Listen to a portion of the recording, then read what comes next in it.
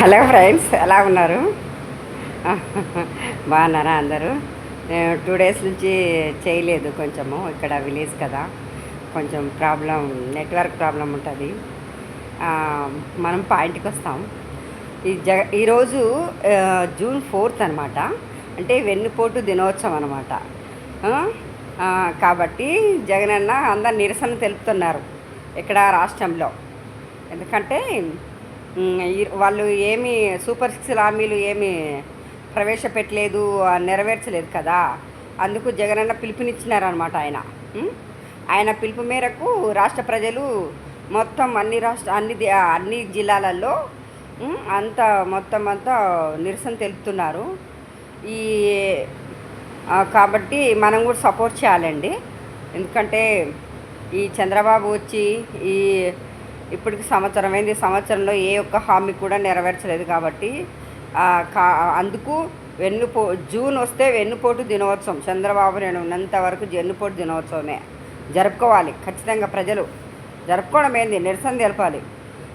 నిన్న మన మాజీ ముఖ్యమంత్రి జగన్మోహన్ రెడ్డి గారు అన్నగారు నిన్న తెనాలికి వెళ్ళారు కదా. ఆయన ఆ పిల్లలను వాళ్ళను ఆయన జూనియర్ అడ్వకేట్ అనమాట.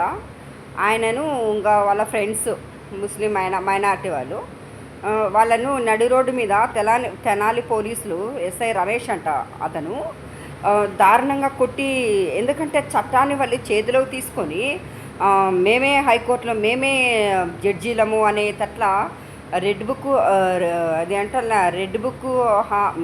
బుక్తో వాళ్ళు రెడ్ బుక్ రాజ్యాంగం నడుపుతున్నారన్నమాట. పోలీసులు కూడా కాకి చొక్కాలు ఎందుకయ్యా, పసుపు చొక్కాలు వేసుకొని కూడా మీరు వాళ్ళకు దండం పెట్టండి, సరిపోతుంది కదా. మీరు ఎస్ఐ రీతిగా ఉండకోకుండా ఏందేందో మాట్లాడతారు, ఏదేదో చిన్నపిల్లలను పట్టుకొని నడు రోడ్డు మీద కొడతారు. దళితులు అంటే మీకు అంత చులకన అనుకుంటున్నారా?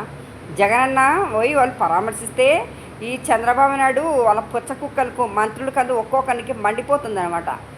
ఎందుకంటే ఉరవలేకపోతున్నారు. అవును, తప్పే, వాళ్ళు ఏం తప్పు చేసినారో తెలీదు, కానీ తప్పును ఒక కోర్టుకు తీసుకెళ్ళి వాళ్ళ శిక్ష జడ్జి గారు నిర్ణయిస్తారు కదా, న్యాయస్థానం ఉంది కదా. అన్నప్పుడు మీరెందుకు చట్టాన్ని చేతిలో తీసుకుంటారు?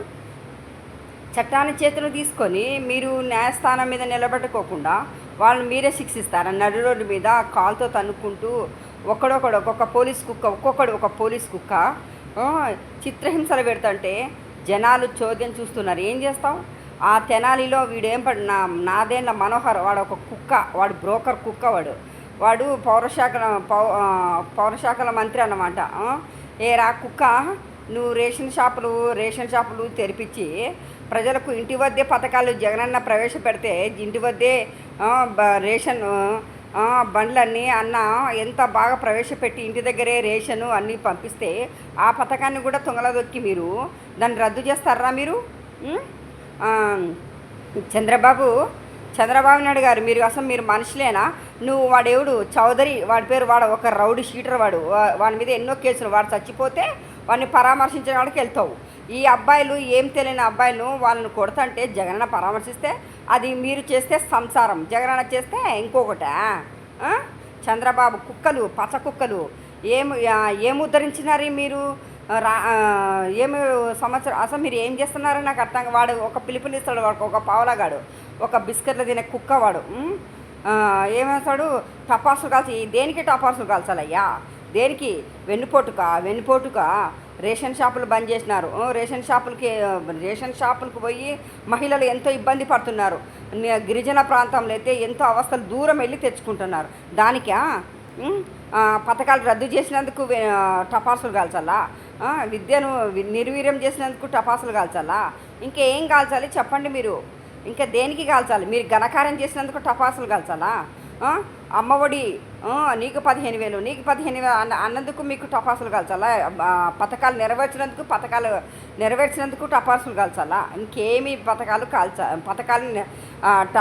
నెరవేర్చినందుకు టపాసులు కాల్చాలా? ఏం మనుషులయ్యా మీరు? అసలు మీకంటూ ఒక మనసాక్షి అంటే ఉండదా? ఏం ఉండదా?